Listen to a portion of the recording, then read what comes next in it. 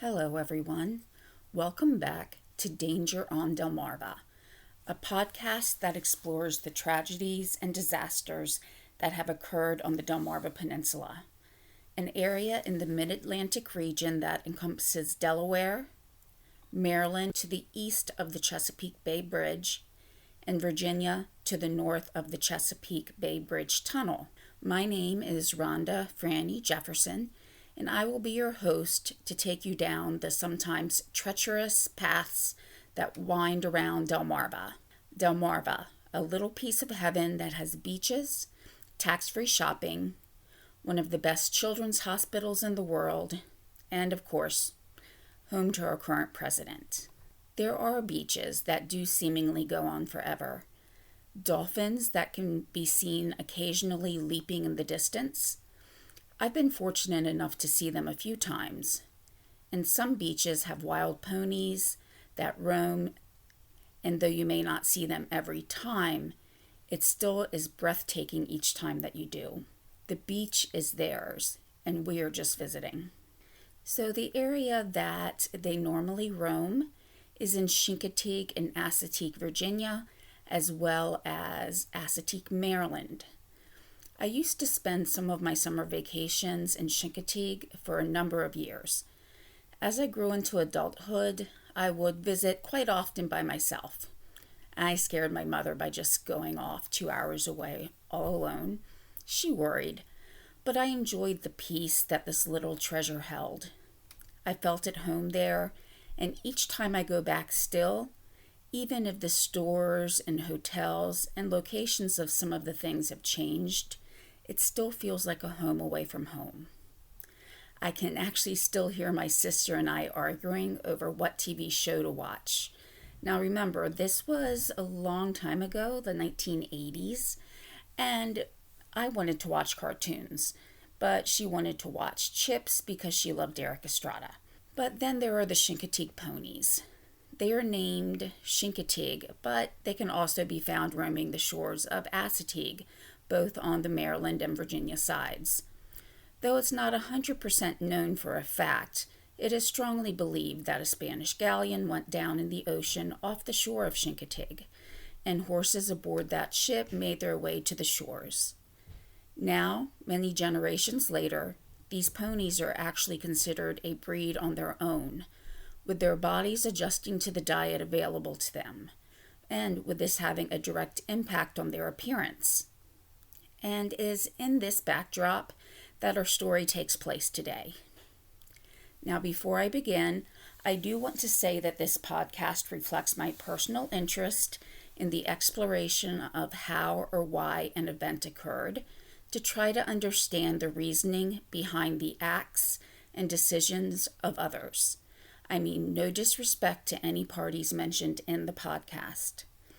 I have obtained facts for this information through publicly available sources. In some cases, personal observations about the area may be discussed. This podcast is produced for informational purposes, and as I've gleaned the information from these publicly available sources, I cannot guarantee everything that involves accuracy, completeness, or validity.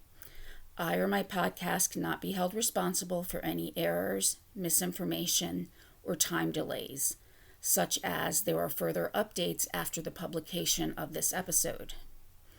As a warning, each episode may discuss injury, death, emotional and mental health, and may contain triggers regarding various instances.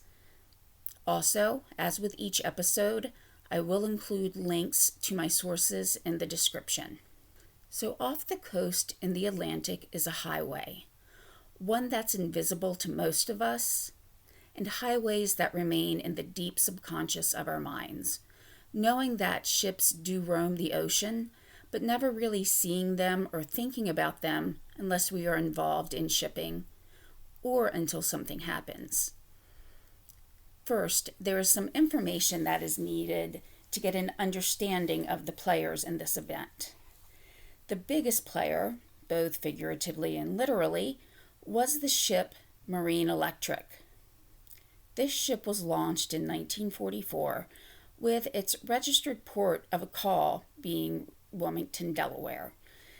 So I guess this means that this episode will have a double Delmarva connection.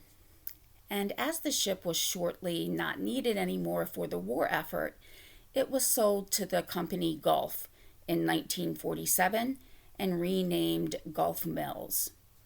In 1961, she was sold again to Marine Transport Lines, or as I'll be referring to them, MTL. It was here that she was given the name Marine Electric. Here's where things really start to intrigue me, and not just for this ship, but others that I've heard about where this also occurred. In order to get as much use as possible out of the ship's cargo hold, it was actually cut in half and a cargo area was inserted. I almost envision in my mind the thought of a short dining room table that has that leaf that you can either insert or pops up when you pull the table out. I've always wondered about the stability of these ships. Though I'm sure engineers look at everything, there is still something that I find unsettling about this process.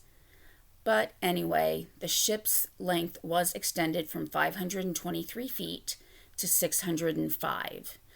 I have heard some documentaries or stories say that this doubled the length of the ship, but it didn't. My only thought on that is possibly they were meaning to say that the cargo area doubled, but this is just my speculation. The dangers of shipping are always there. Even in calm, clear waters, something unimaginable can happen. It just takes one thing, or, as is more often the case, a number of different things that lead to disaster. And if one of those things did not happen, that disaster would never have occurred. Now, weather can change quickly, and sometimes even if you have a weather prediction, it can still sneak up on you. To give some personal perspective, I've experienced on a very slight level comparatively how this happens. Just a little south of where this story takes place, and actually in the same town where the Marine Electric began their journey on this voyage, I did something that was probably ill-advised, and not something I would probably do again. Long story short, I went to the Norfolk area, and I took a tour cruise. It was to see historical places. Now, a hurricane was coming up the coast, but it wasn't even supposed to get there until the next day.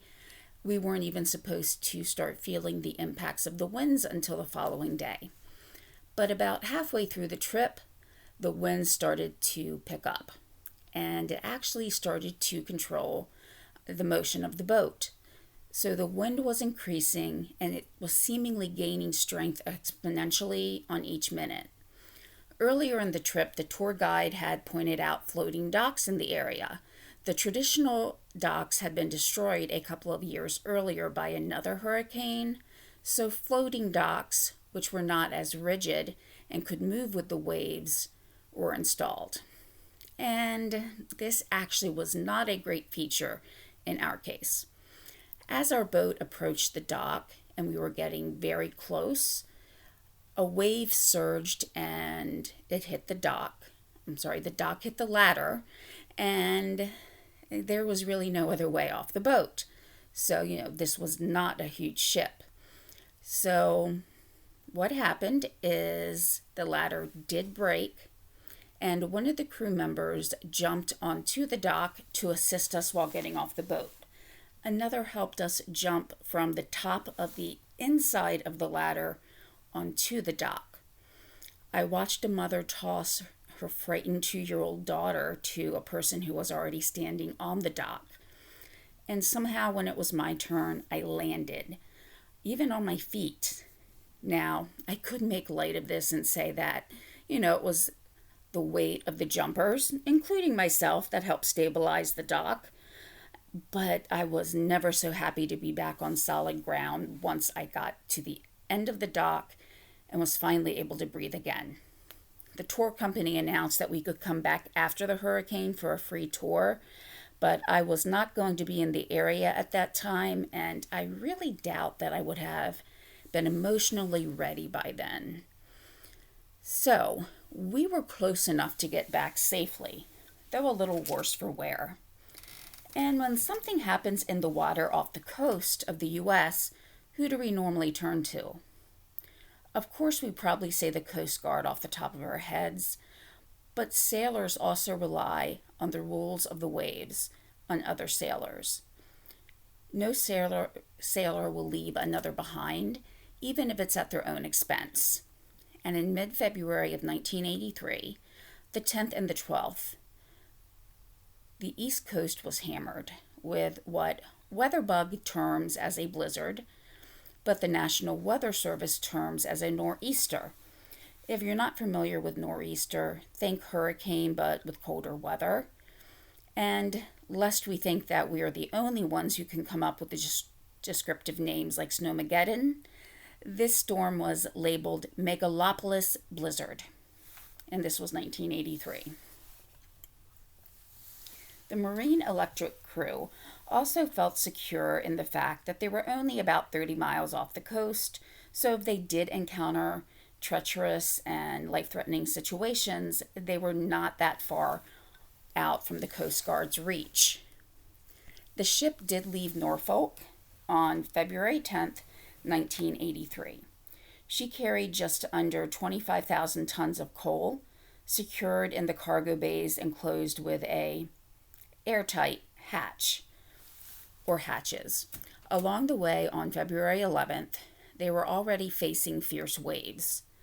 And on this same day, the Coast Guard contacted them to help a fishing boat named the Theodora. The men did not hesitate to help. Chief Mate Bob Cusick, with over 40 years of maritime experience, had seen the Theodora before and could direct the boat to the Theodora's location. Cusick had at one point been offered a chance to be captain, but he liked to be out amongst his men. They had nothing but nice things to say about him, and from what I've heard about the captain, a Captain Coral, he was someone that you would want to sail under. So once they did reach the stricken ship, they actually positioned the giant cargo carrier into a position to protect the Theodora from the waves. The word heroic does not begin to describe what they did, putting themselves directly in the line of danger to protect the much smaller ship. They withstood the barrage of waves for about an hour until a Coast Guard helicopter arrived to take over, rescuing the men from the Theodora. Marine Electric resumed the journey, but early in the morning of February 12th, around 1:30 a.m., 30 miles off the coast of Assateague, Virginia, the bow started to take on water. Now, the bow could usually face the waves head-on and have the water sweep over the bow and off the other side. That's the way it was made. But in this case, the bow was going under the water and not bouncing up the way it was supposed to. The captain called for everyone to prepare. The men donned their life jackets and began to ready the lifeboats. I would have to imagine that, as the men looked at the swells, they may have feared the lifeboats even more. If a 600-plus foot boat could not handle the waves, how could something that was the fraction of the size of that boat? When the crew was awoken, those who may have had years of experience could probably feel a difference in the flow of the boat. It just didn't feel right to them. They reached out to the Coast Guard beginning around 2:51. They were told that it would take a couple of hours, and as Captain Kroll replied, they didn't have a couple of hours. He was a very honest man and was very direct. He told them that he thought that he was losing his ship. The captain was left to make an unorthodox but necessary choice. He ordered the ship to head towards land with the intention of purposely running the ship aground. That way they would be closer to help. But they didn't get that chance. With what I would think was a heart-wrenching edict, Captain Curl ordered abandoned ship. Third mate Gene Kelly had just started throwing life rings into the water. The lifeboats were practically useless to an extent. The ship was listing too far, and the boats were just swinging out to a point where they couldn't be launched. Kelly watched as a man who was reaching towards a lifeboat to haul it back in fell over the rail, and soon the ship would capsize. The water was just above freezing, and there's a shock that can take place when the human body encounters frigid waters. They may not be able to catch their breath, and from the Disasters at Sea episode that I watched on this, which I did happen to get a lot of my information from, to paraphrase, a person described it as a 1 minute to regulate the breathing, 10 minutes that you would have with purposeful movement, and by the end of an hour, they could be passed out. And even though it wasn't said, I'm thinking, or worse. Gene Kelly found a life ring, but completely by accident. He just happened to bump into it. He grabbed onto it, and 5 other men were already holding onto it. He watched as a crewmate quietly died. And again, paraphrasing here, a death like this can be described as being loud and riotous internally, but outwardly very quiet. The men, I'm sure, had to struggle not to fall asleep.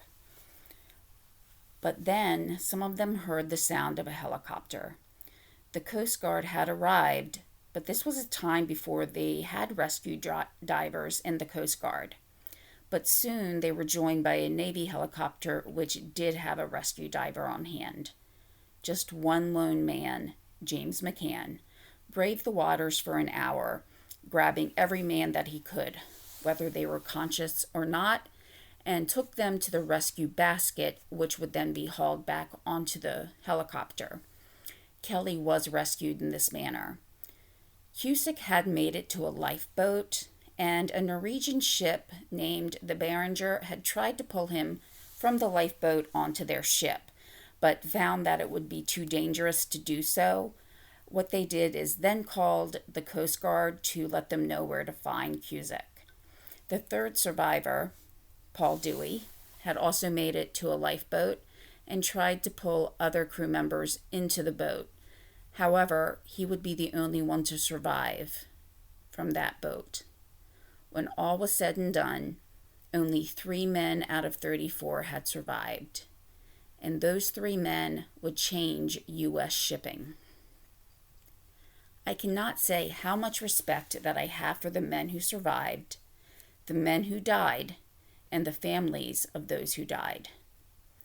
In the aftermath of the accident, MTL immediately started to shift blame to the crew members, insinuating that they did not close the hatches or did not close them correctly, that they may have run the ship into shallow water and damaged the bottom of the boat.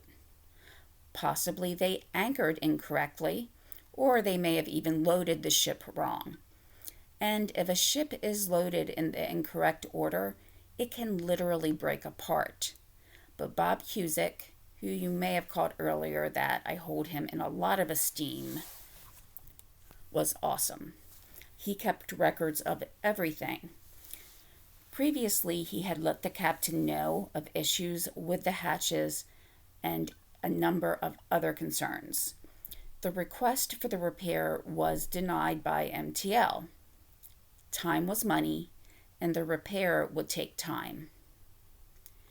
A maritime board was convened for the investigation, along with the NTSB joining. Even though this was on the water, the NTSB would investigate as there were more than 6 deaths. They studied a load sheet that Bob Cusick had used. This sheet showed the order in which the cargo was loaded. This is important because loading too much cargo to one side of the ship without balancing it out can cause damage and up to the destruction of the ship. It was found that it was loaded properly. Now, there was kind of an unwritten code that sailors don't go against the powers that be, and to an extent, I can definitely understand this. Shipping is their livelihood, and the ship owners are the ones who pay them.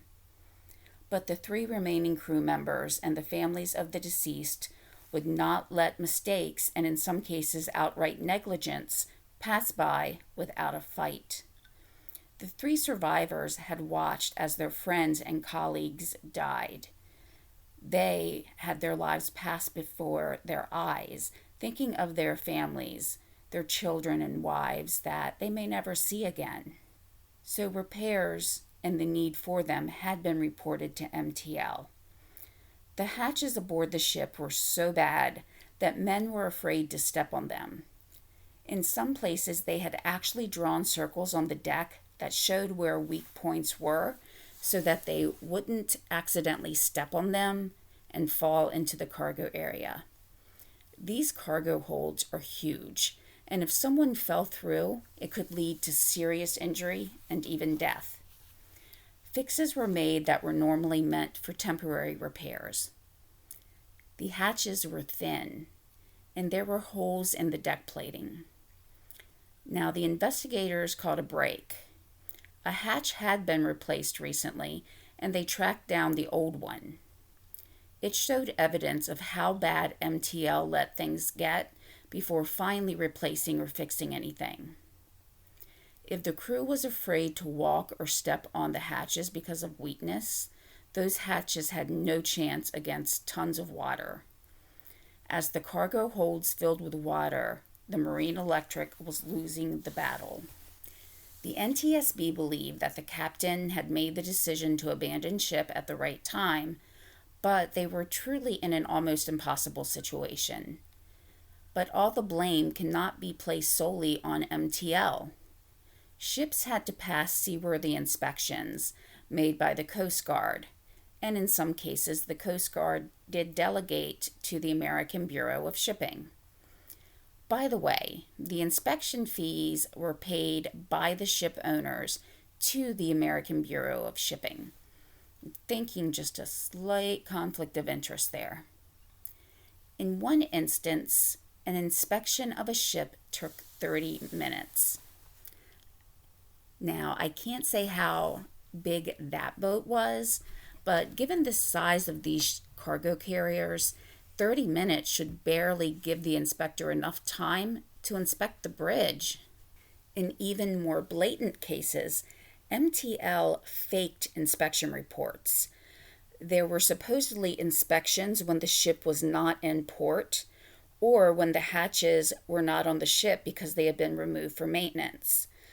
So I'm not really sure how they thought they could get away with that. The cause of the accident was laid at MTL's feet. They put money before people. And whenever I hear stories like this, stories where a company ignores important safety issues to make sure that they don't lose money, I'm really left in awe.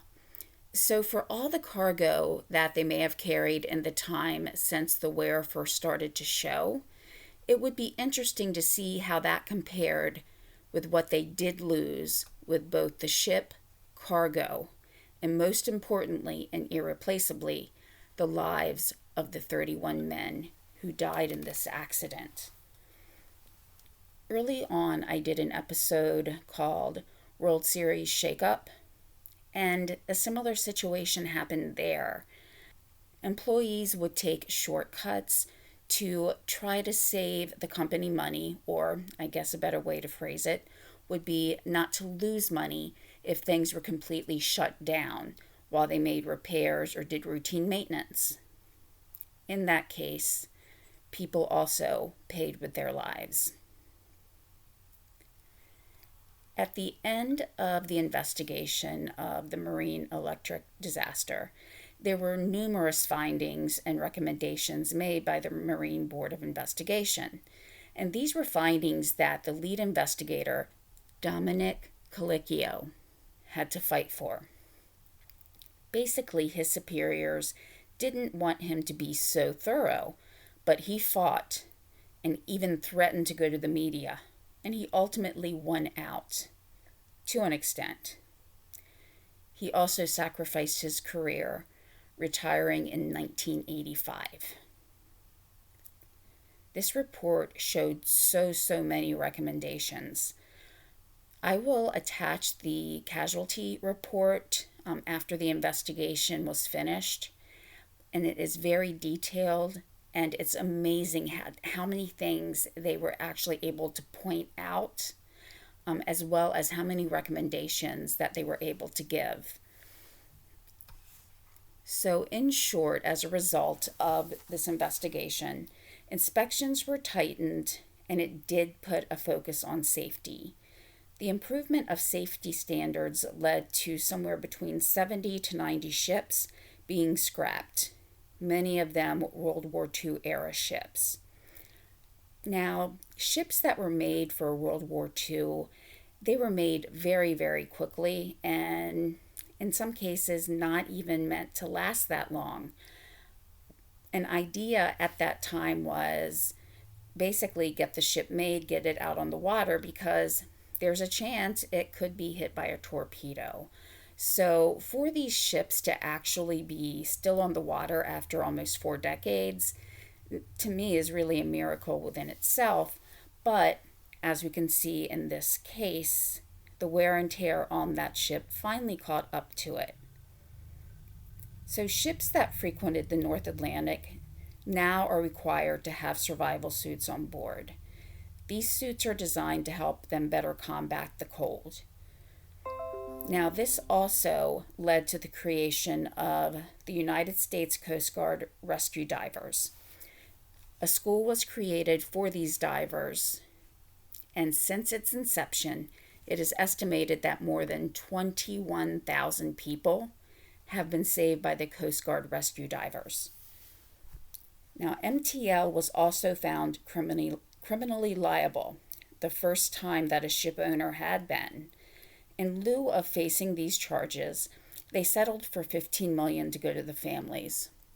So again, I'm thinking back to how much they actually lost by losing a ship, losing its cargo, losing the men, and then having to pay the families. Nothing will ever make up to those families what they lost.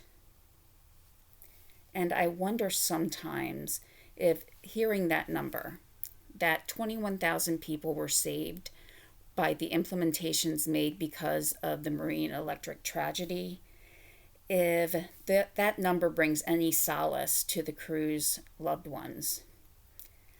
You know, I don't know, because if it were me, I don't think it really would. While I would be glad that something good came from the tragedy, I would also question, why did it have to be my family? Now, afterwards, James D. McCann, the rescue diver, was awarded the Navy and Marine Corps Medal for his heroism. Now, James McCann stayed in the water for about an hour trying to get as many men as he could into the basket. That was really too long for him to stay in the water, but he wanted to give it his all. And finally, his commander ordered him back onto the helicopter. Now, even though at the time Dominic Colicchio was hassled and pretty much forced out of his job because of his integrity, later the Coast Guard Inspections and Investigation School named its Colicchio Award after him for his impact and honor and respect and devotion to duty. Robert Cusick, the one who kept fastidious notes and was brave enough to testify against his ship owner, returned to sea, but he did pass away in 2013. While I'd been reading about this event, the name Stan Rogers came up. I watch many different types of documentaries, and my hunch about Stan Rogers was confirmed. Rogers was a Canadian folk singer. Bob Cusick kept singing one of his songs. He actually felt that it saved his life. To quote one of my sources, Chief Mate Bob Cusick credited his survival of the sinking to the Stan Rogers song, The Mary Ellen Carter. The song, which details the exploits of a loyal crew working to salvage the titular vessel, and more specifically the last stanzas, was repeatedly sung by Cusick in order to keep himself awake in the pounding Atlantic swell. So if I may delve off the Delmarva Peninsula for a moment, Cusick wrote to Rogers to let him know of this ordeal. Rogers invited him to one of his concerts and also said that he would write a song about the experience.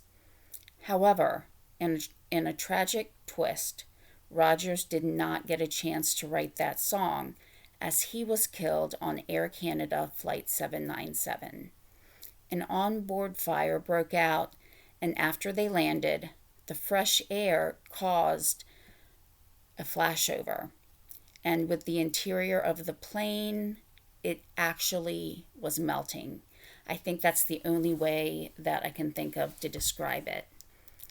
This aviation accident itself also led to widespread air travel improvements. Smoke detectors were required to be installed in bathrooms. Strip lighting had to be installed to show the way to the exits so that passengers could see it in the event of a fire. Crew became better trained in handling fires and with firefighting equipment.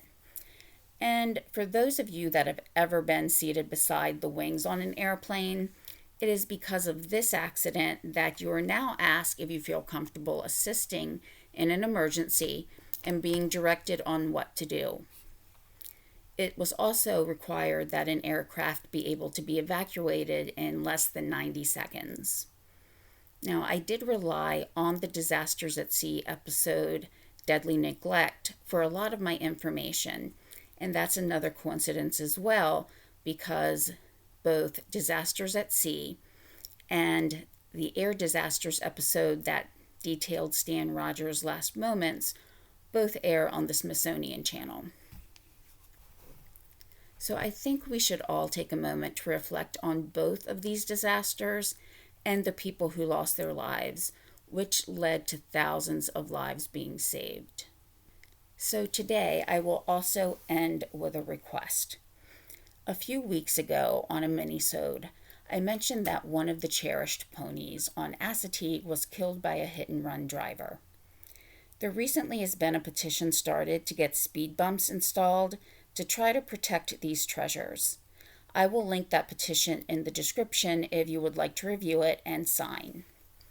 Also, if you do find this content interesting, please share the podcast, rate, review it, or leave a comment if your podcatcher allows it. This helps with those algorithms that help people find the podcast. And soon I will also have a collaboration with another true crime podcaster, even though I do not exclusively cover true crime. But look out for that in the upcoming weeks. And finally, please let me know whether or not you enjoy the mini-sodes that I'm starting to do. These are shorter stories that may still be evolving, or incidents whose investigations were brief. That way I'll know what type of content my listeners enjoy so that I can concentrate on that type.